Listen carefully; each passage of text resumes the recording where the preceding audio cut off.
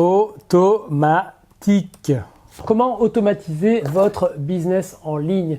Peu importe votre activité, vous savez que sur Internet, vous allez pouvoir trouver de nombreux outils et de nombreux services pour automatiser votre business.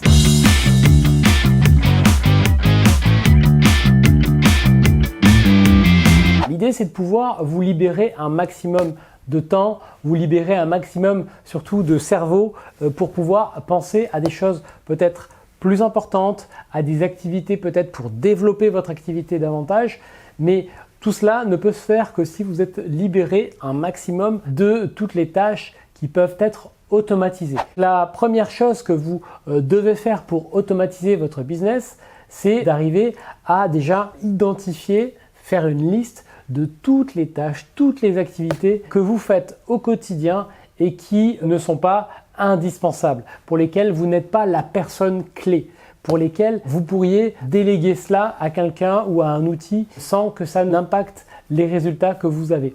Donc il y a pour la plupart des entrepreneurs, la plupart des gens qui ont un business, il y a de très nombreuses tâches que nous faisons au quotidien, pour lesquelles nous nous croyons indispensables et qui en réalité ne concernent pas notre valeur ajoutée la plus importante. Ça peut représenter vraiment peut-être la moitié de ce que vous faites aujourd'hui pour lesquels vous n'avez pas forcément besoin de le faire. Donc évidemment, cette question-là est une question dynamique. C'est-à-dire qu'au départ, vous devez tout faire, mais plus votre business évolue, plus votre activité évolue et prend un certain chemin, plus les activités à déléguer évoluent elles aussi. Donc c'est important de vous poser la question régulièrement. Par rapport à cet aspect-là, ce n'est pas quelque chose que vous allez faire une fois et ça sera fait et fini.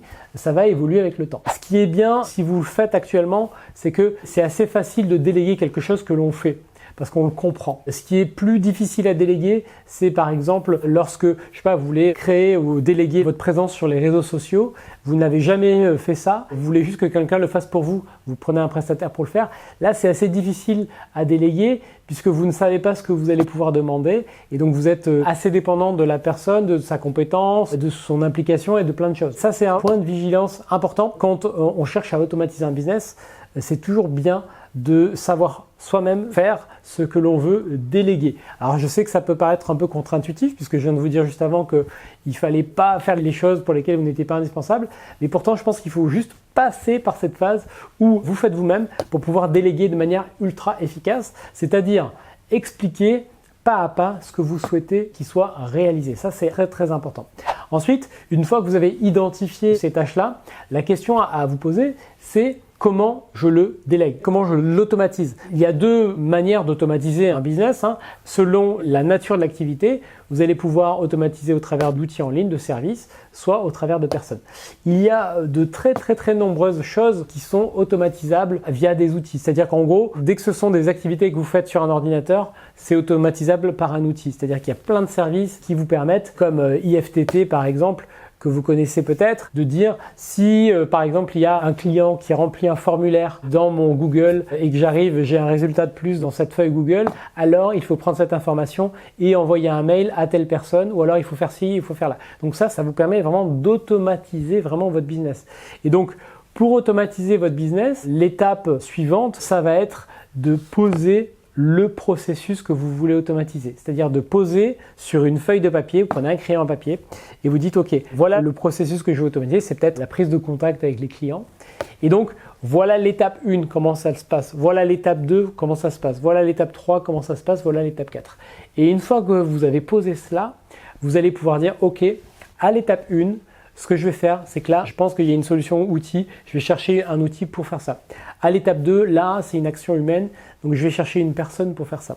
À l'étape 3, là, c'est là où j'interviens. Donc là, ça va me revenir. L'étape 4, on repart. Voilà. Donc, vous allez poser et définir pour chaque étape du processus comment vous allez automatiser. Est-ce que c'est via un outil? Est-ce que c'est via une personne?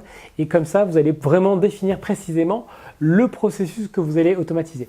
Et ça, eh bien, vous allez pouvoir le faire pour chacun des processus de votre business. Typiquement, les processus pour lesquels vous n'êtes pas le mieux indiqués et qui sont dans tous les business et qui sont assez pénibles à faire, tout ce qui concerne la comptabilité, typiquement. Donc là, la comptabilité, ça consiste pour la plupart des gens soit à réunir des documents, réunir des factures et à envoyer ces factures à votre comptable. Donc là, posez-vous, peut-être même avec votre comptable, et dire voilà, comment on peut automatiser les choses pour que je n'ai pas à faire ça. Donc par exemple, est-ce que c'est lui donner accès à vos comptes bancaires, un accès spécial restreint pour qu'il puisse télécharger les relevés? Est-ce que c'est disposer d'un outil qui va lui aller télécharger les factures sur certains sites pour les mettre sur votre Dropbox pour qu'il y ait accès? Voilà, des choses comme ça. Posez tout ça parce que en le posant, en y réfléchissant et en l'automatisant, vous allez passer du temps à l'automatiser, mais une fois que c'est fait, vous aurez la tranquillité d'esprit d'avoir externalisé vraiment ce type de processus. Et ça, si vous le faites petit à petit sur les 4, 5, 6 processus que vous faites au quotidien, qui vous prennent du temps, qui vous prennent un peu la tête, parce que c'est pas pour ça que vous avez créé un business, c'est pas pour faire de la compta, c'est juste un inconvénient ça à gérer, ça va vous libérer. Ça va vous donner un peu la possibilité de prendre un peu de hauteur, de prendre un peu de recul sur ce que vous faites et donc d'aller de l'avant, d'aller sur des choses plus importantes à plus haute valeur ajoutée.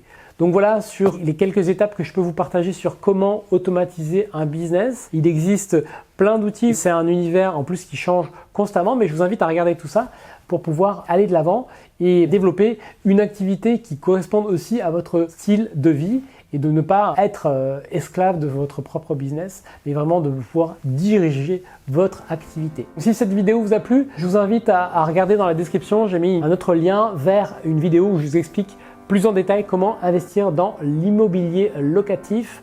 Donc je vous explique moi tous les process justement pour déléguer et automatiser votre investissement le plus possible. Merci d'avoir regardé cette vidéo et je vous dis à très bientôt.